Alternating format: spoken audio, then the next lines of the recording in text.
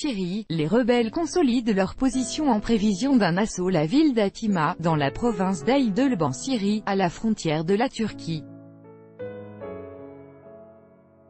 Copyright Reuters, Osman Orsal, file photo des groupes rebelles de la province d'Aïdълb, dans le nord-ouest de la Syrie, ont fait sauter 2 ponts à la périphérie de cet ultime grand bastion insurgé, a rapporté vendredi 31 août une ONG.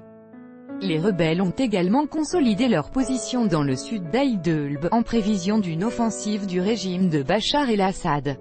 Les 2 ponts qui ont été détruits étaient situés dans la province de Hama, voisine d'Aïdълb.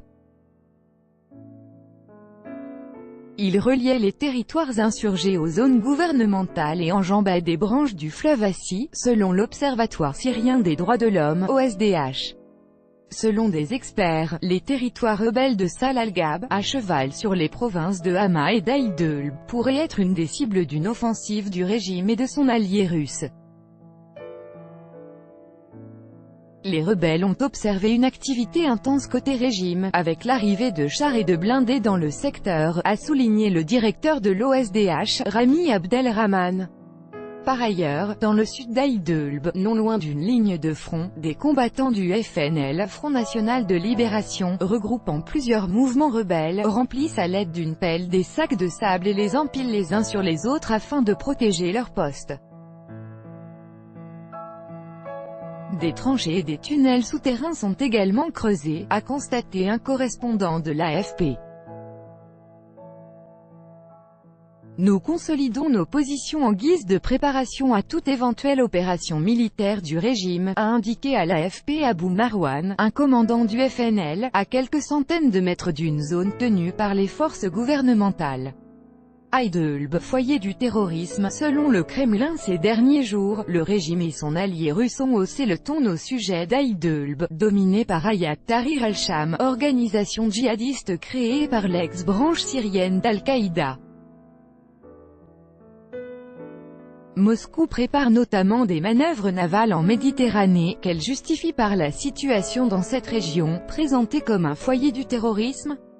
Pierre Azou, directeur de recherche à l'Institut de recherche stratégique de l'école militaire à Paris, IRSEM, pointe à Aïdълb, vous avez un peu tout ce qui reste de combattants, de pseudo-djihadistes qui étaient contrôlés par la Turquie ou par un certain nombre d'alliés arabes qui luttaient contre le régime de Bachar el-Assad.